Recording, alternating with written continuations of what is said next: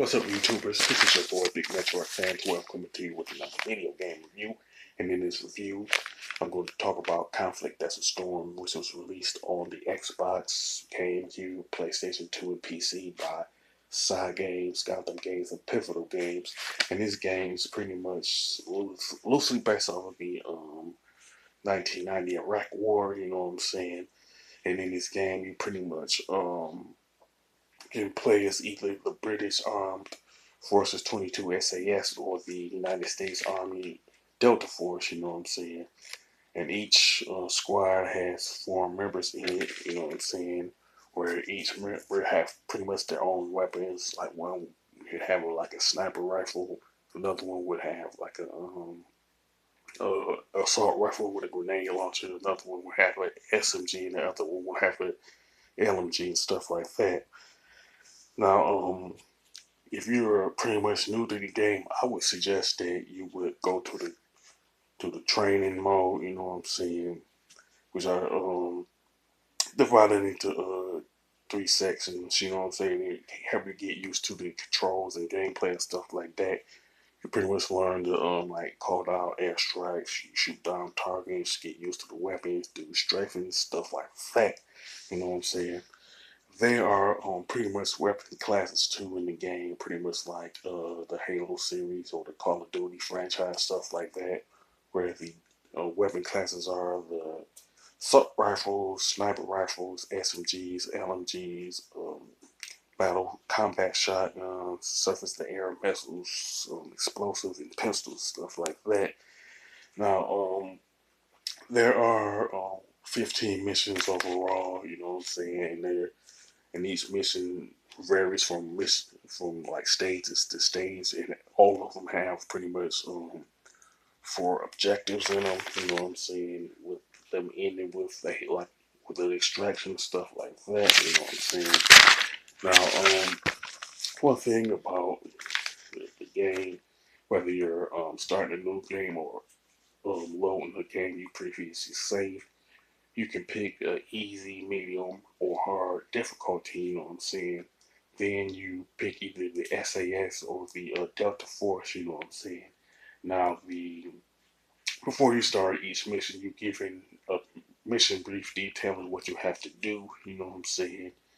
And it's pretty good for you to pause the game to see what the 4 objectives are, you know what I'm saying? And the objectives should be like priority based, you know what I'm saying? You pretty much have in your mind which objective you want to do first and second, third, and fourth. You know what I'm saying?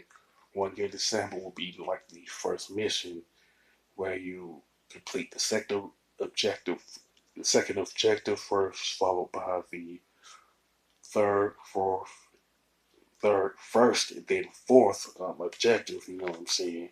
In that order, if you want to complete the mission, you know what I'm saying?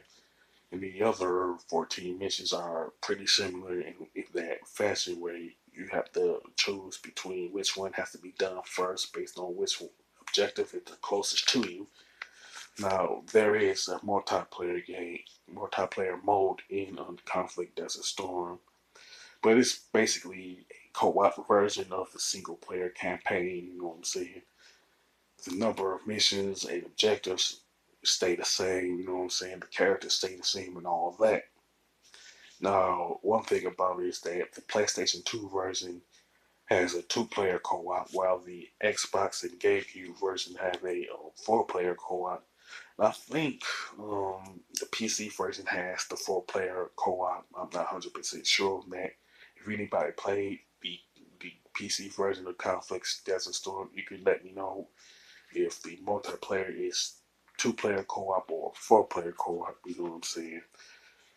Now, it is important whether you're doing the single-player campaign or the co-op that um, you have to make sure that all of your squad members are alive, you know what I'm saying, because their skills are important to make sure that the mission is completed. And if one of the squad member dies, it makes it tougher, a little tougher to complete the mission and stuff like that. So you need to make sure that happens. Now the graphics and design for Conflict Desert Storm are okay with some decent color palettes, but I would say that it's not the best looking game, but it's still good. You know what I'm saying? Just don't expect the game to be as colorful as say Super Mario Sunshine or some other game